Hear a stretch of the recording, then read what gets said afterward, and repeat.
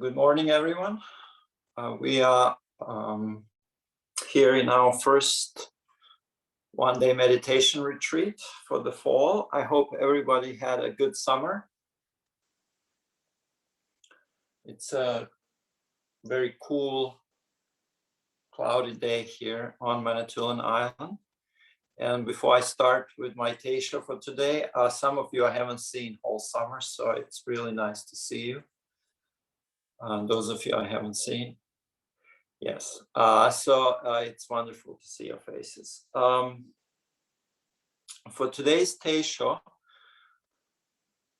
I will attempt to answer a question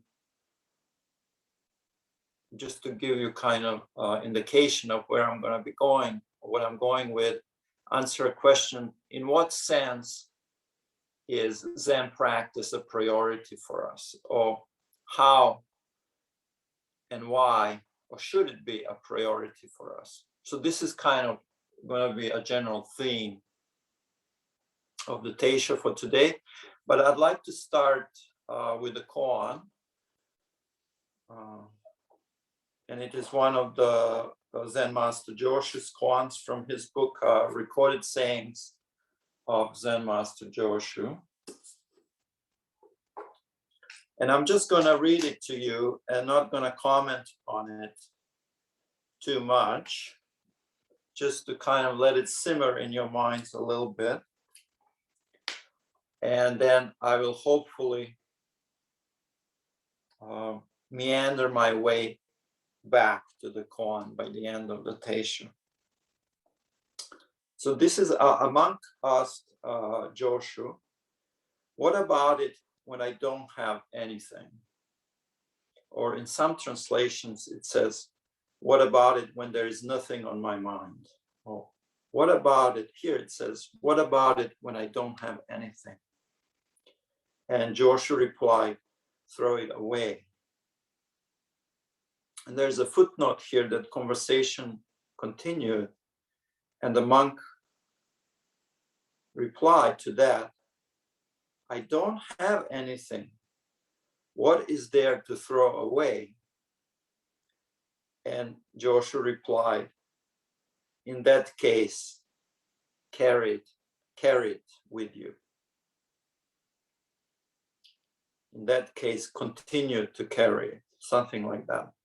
And we are told that this was one of his disciples. The questioner was Ganyo Sonshuku, who became one of his disciples. And at this words, we are told that this monk was enlightened. So let me repeat it again. A monk asked, what about it when I don't have anything? And the master said, throw it away. The monk continues, I do not have anything. What is there to throw away? And Joshu replied, in that case, take it with you. So this is, just let that simmer a little bit. And hopefully, like I said, I will come back to it. This talk today, in some ways, I intended to be a little bit of a prerequisite or prequel to the Introduction to Zen Meditation talks, series of lectures.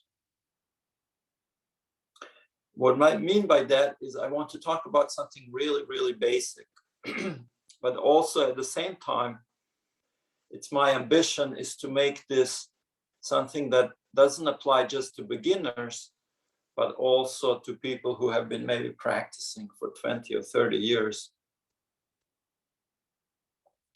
So it's this kind of very basic question.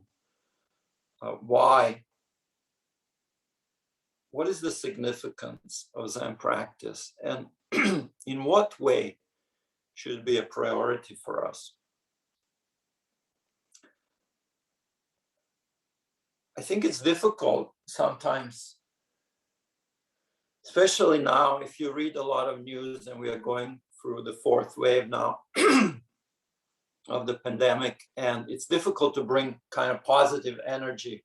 We are always bombarded by negative news and the climate change and so much aggression, so much ignorance, so many prejudices of different kinds, and we are just kind of swimming in this soup. It's very difficult for us to bring positive energy into our lives and to bring positive energy into our Zen practice. But I wanted to start there. I want to repeat myself and to say that if we don't find a way in which we enjoy our Zen practice, then we're doing something wrong. So to find a way to bring positive energy into our practice and to bring enjoyment, ability to enjoy our practice is really important, fundamental.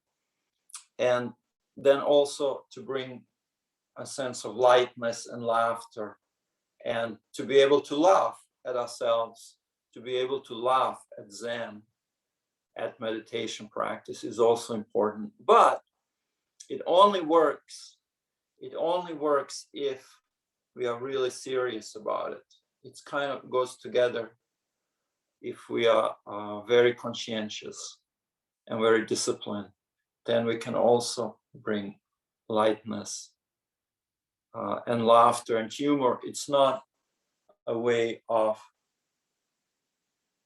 somehow putting down our practice if we are very conscientious and very serious. So these are some of the themes that I'm always repeating. And this is a good place to start, that spiritual practice, our Zen practice, it involves a lot of repetition. And this is just the nature of it. And this is also a big problem. It's a problem for beginners, and it's a problem for veterans. A spiritual practice involves a lot of repetition. And what that does, we are always, in terms of our practice, you're always repeating the same exercise over again. Just the meditation practice itself is very repetitive. The message that you are hearing when you're listening to Dharma talks, it's going to be very repetitive. In some ways, it's a great challenge in terms of these Teishos to give you something that's fresh and new and unexpected, where in essence, I'm always saying the same thing. So I hate repeating myself, and I always kind of try to challenge myself, at least during these talks, to be fresh, where the nature of this practice is very repetitive. And what that does, it makes us familiar with something when we are repeating it again and again and again. And familiarity breeds a kind of contempt for something, and we tend to tune out because we heard it so many times. And this is a problem. Also, repetition, it leads to boredom. And if we had high expectations for our practice, suddenly we are bored. Things are not new and fresh anymore. And this can lead to the sense of being let down. We may develop a sense of futility because we are doing the same thing over and over again. And we are not really meeting the excitement and the expectations with which we started. But this is the nature of the beast, is that this practice is very repetitive. So at some point, sooner or later, we are going to come face to face. We are going to have to face our unrealistic expectations of what Zen practice is. How do we re-energize our practice? How do we bring positive energy when we feel let down? And just the repetitive nature of the practice has basically tuned it. We have become tuned out to the Dharma, really. So this can be rather painful for all practitioners. This is something that beginners need to be aware of, and also the veterans need to be aware of this.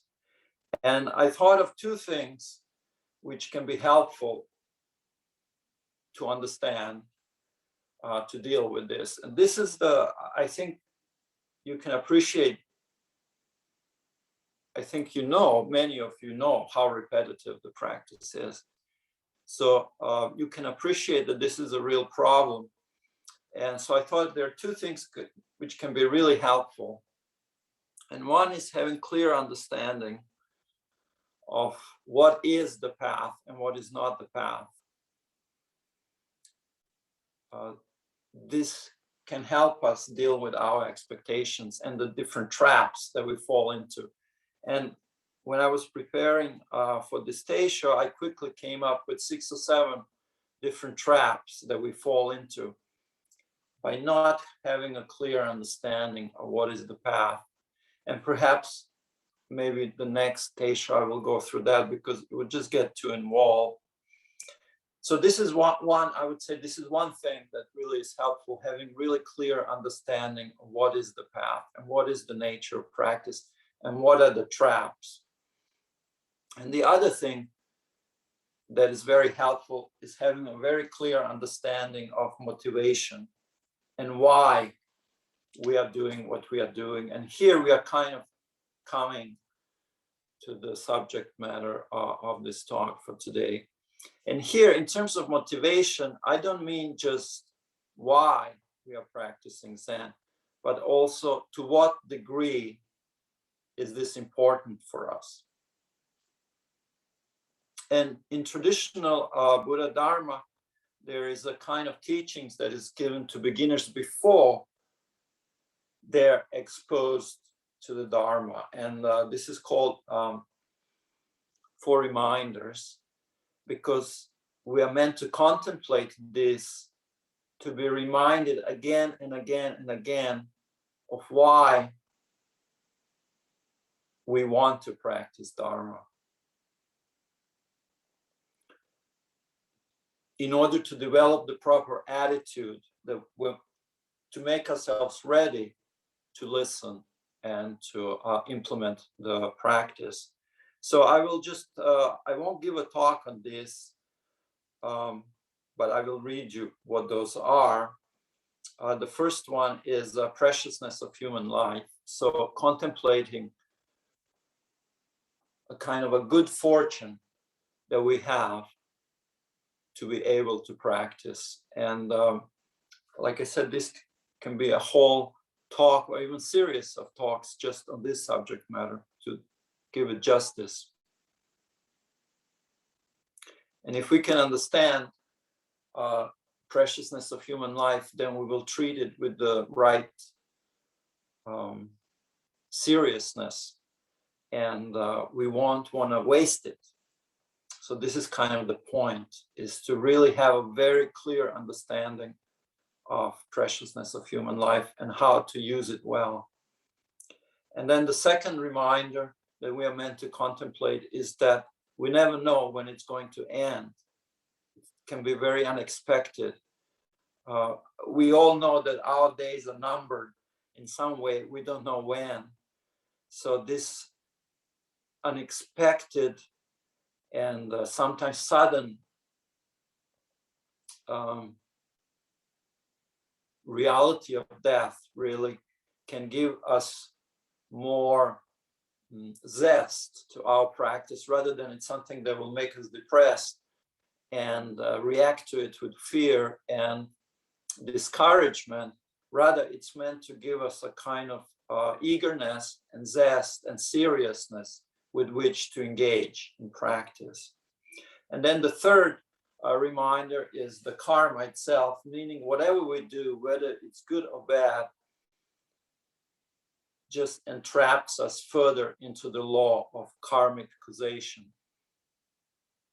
So you can't really, the action alone is not enough to untangle. We are just always getting more and more tangled by karmic laws. it seems like there is no exit to this. So this is another reminder.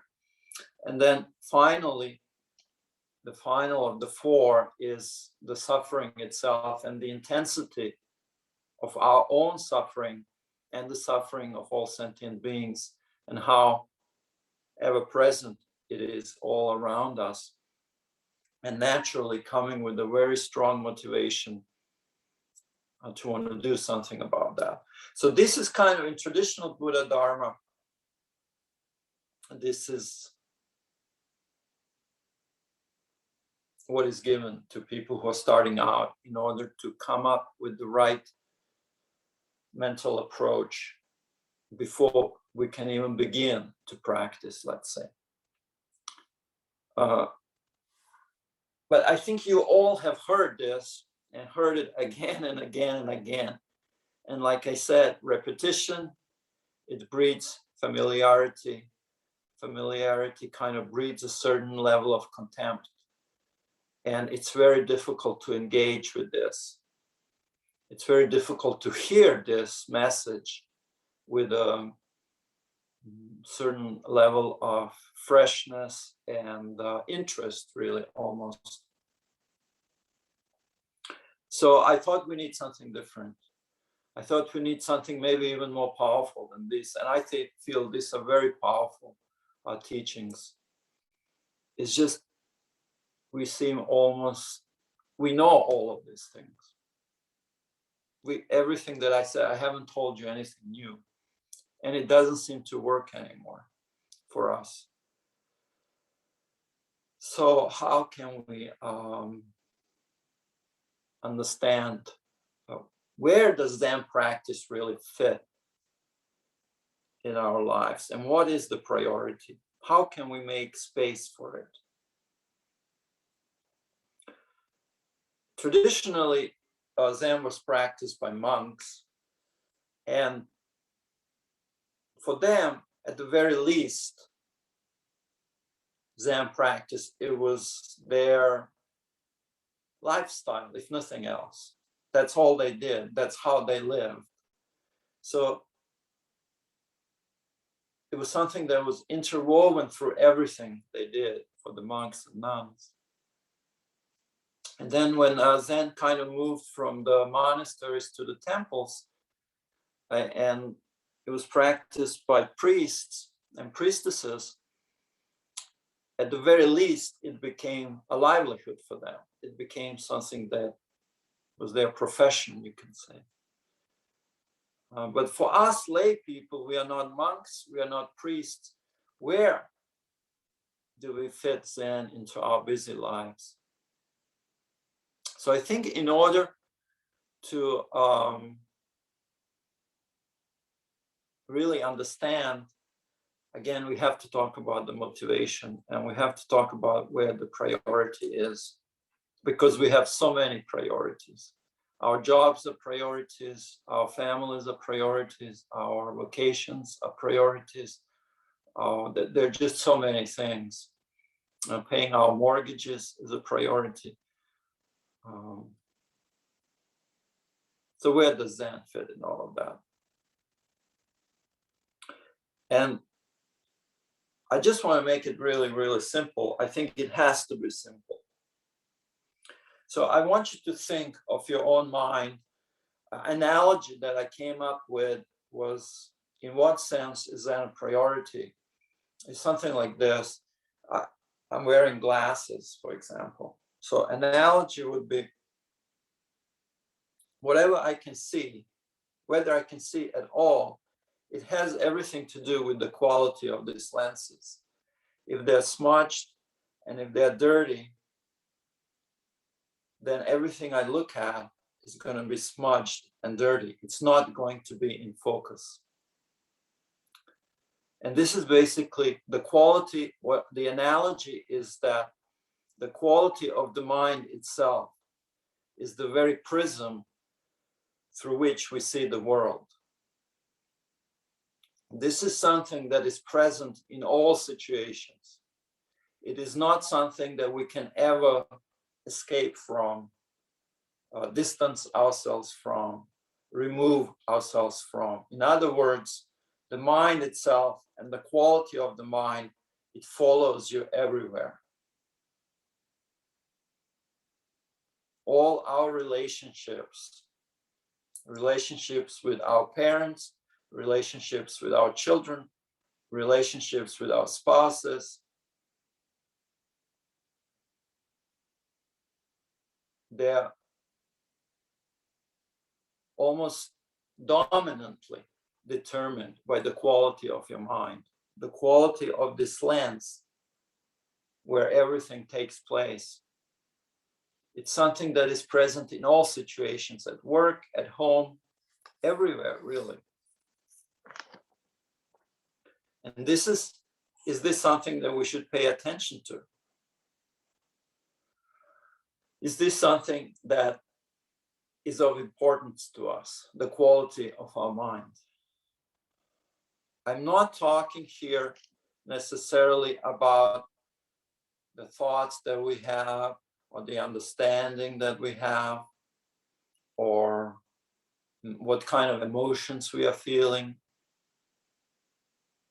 I'm talking about something more basic, something that everything else is kind of coming out of. All the thoughts, the various thoughts and the emotions are sort of almost based in the quality of the mind itself. So I'd just like to go back to the koan very briefly. And then I will try to say something more about what I mean by the quality of the mind. So the monk asked, what about it when I don't have anything? And Joshu said, throw it away. And the monk says, I don't have anything. What is there to throw away? And the Joshu said, in that case, take it with you. It's maybe difficult to see what the connection is between what I'm saying and the koan itself. But I think you can see that they're not talking about, at least Joshu is not talking about having some understanding or not having some understanding, or having something or not having something. I think there seems to be almost a difference in the level of awareness between the two, difference in the quality of awareness. It's almost like they're not talking about the same thing.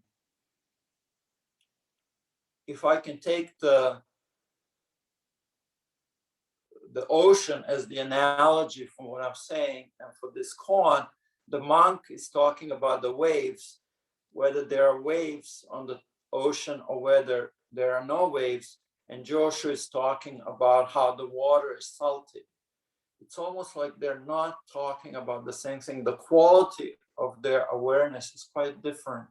So for Joshu, it's quite easy to see the nature of the monk's mind, whereas he is still not able to perceive the mind itself.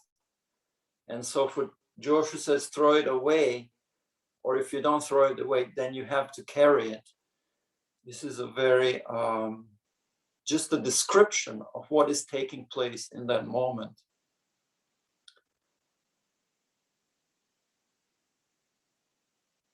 I think if you sit with this, maybe you can begin to see a little bit of a depth of the difference between the two, and how why should monk come to some realization after this exchange, to see how his focus changed and how the quality of his understanding changed. In other way, we can say the quality of the lenses, the quality of the mind itself has changed. I'll give you some more examples. We can talk about, for example, a mind that's very aggressive and that is rooted in aggression, and the mind that's rooted in loving kindness. This is easy to understand how the two would be different and how the two are different. I think we can all relate. And then all the feelings that we actually experience,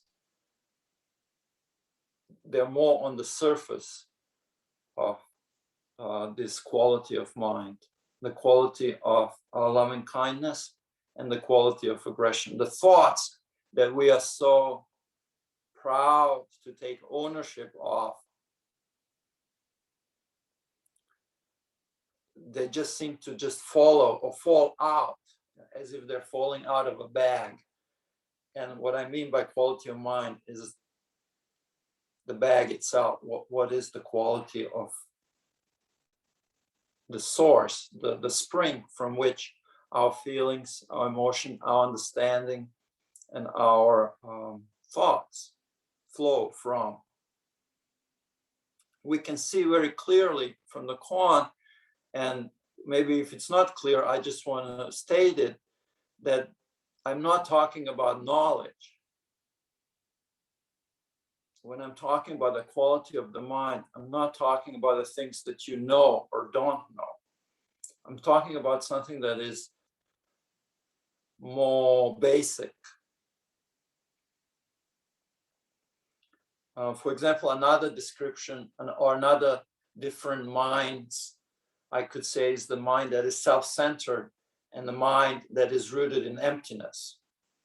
This would be two things to contrast, to try to give you some sense of what I mean by quality of mind. I could contrast things such as cruelty, the mind that is rooted in cruelty, and the mind that is rooted in compassion. I could use such contrasting ideas as a mind that is open and a mind that is closed. The mind that is rooted in closeness, it's always shutting itself, it's always shutting the world, it's always treating everything as a threat. And the mind that is rooted in openness, it's really not afraid, there's courage, it's open to touch and to kind of hug the world. We can contrast things such as spaciousness versus fear and hope. You know, we are hoping always for something to be better, and we are afraid always of things getting worse, where a kind of spacious mind allows things to be.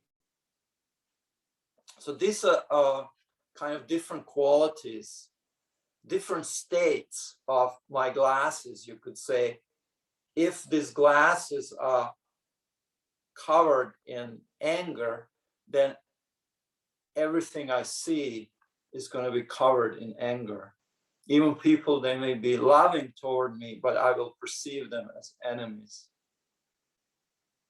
This kind of thing is very basic. It's a very basic fact. I think that we understand this to be true. We just don't know what to do about it.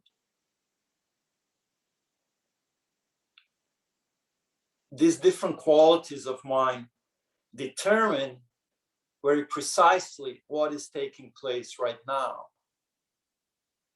They determine the quality of your present moment. Your mind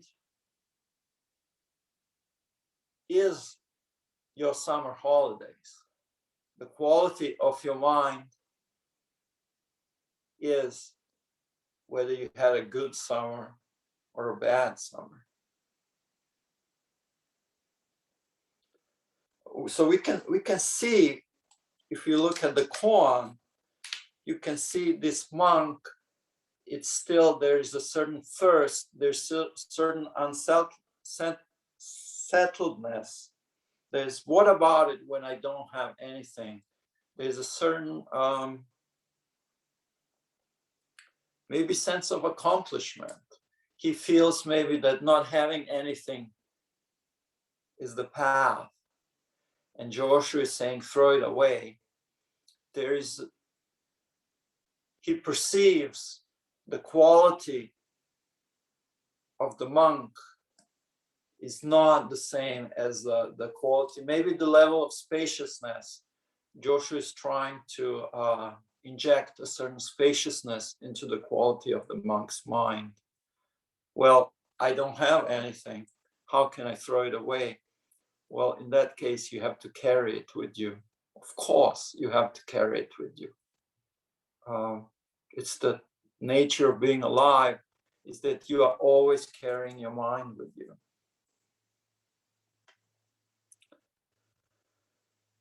So this is what I want to say. This is why, this is a sense in which Zen is a priority for us. In this sense, Zen practice should be a priority for us. It's because you can never get away from it. Because no matter where you are, it is something. Whether you are happy or whether you are sad, it's going to be one or the other. In that sense, it should be a very clear priority, because all the other things that you prioritize in your life are to a large degree colored by the quality of your mind. Your experience at work, your experience with your friends, with your families. If you want to be a good parent, how can we be good parents if our mind is rooted in unhappiness, for example, and so on? So this is, in this sense, I want to give you something that you don't need to contemplate too much. It's something that's very simple, that's very present, that's very obvious, and so that you can really generate a strong determination, a strong feeling of, yes, this is something that I should be paying attention to. This is something that is worth my while. This is something that is worth cultivating and bringing into my life. So I want to now, to finish, I want to kind of do two little kind of points. I want to make two little points. And one is this quality of mind. It has to do something, I want to use a word, dignity, like a dignity, not in a sense of kind of being proud, but a certain kind of dignity that comes from knowing how to be kind to your own mind and how to be kind to yourself and others. It is a kind of natural dignity of, we can say, of your true self, a kind of natural dignity of having transcended whatever is going on the surface, and finding your home, a dignity of the present moment, a dignity of the essential world, and to sit, when we sit in meditation, to sit with that kind of dignity. You know, we take a certain posture when we sit, and it's a very kind of, when you think about it, very dignified posture. It's meant to be very peaceful, but there's a certain, we are creating space, you can say, and this quality of the mind, a spacious mind, this is our practice, is to bring that into our lives, to bring that kind of quality into our lives. So I want you to kind of feel a sense of kind of natural, spontaneous, calm, dignified way of practice that comes with a certain ease, that you know how to be good to yourself and to the world around you, and to kind of own that and to be authentic in that. So this is also quality of mind. And then finally, another word that I want to use is that of freedom. Freedom, how we define freedom, I don't use this word enough, maybe, because it's very difficult to define it, and it just gets very nebulous and not very precise. But by following everything I said today, I would like to define freedom as not being your own prison. Freedom is not being your own prison. And so this is kind of my way of meandering back to the koan, and I will read it again to you now in the context of everything I just said. Freedom being not your own prison. A monk asked Joshu, "What about it when I don't have anything?" And the master said, "Throw it away." And the monk says, "I do not have anything. What is there to throw away?" And Joshu said, "In that case, take it away with you." So I hope that this made some sense to you, and that this is something maybe fresh, not too repetitive, but at the same time hitting the same point, the point that we always emphasize again and again and again. And I hope that we can all develop a sense of appreciation for this practice and what it has capacity to do for us, and to enjoy it, and to enjoy this day sitting together. Okay, thank you very much. And now we will recite the 4 great vows.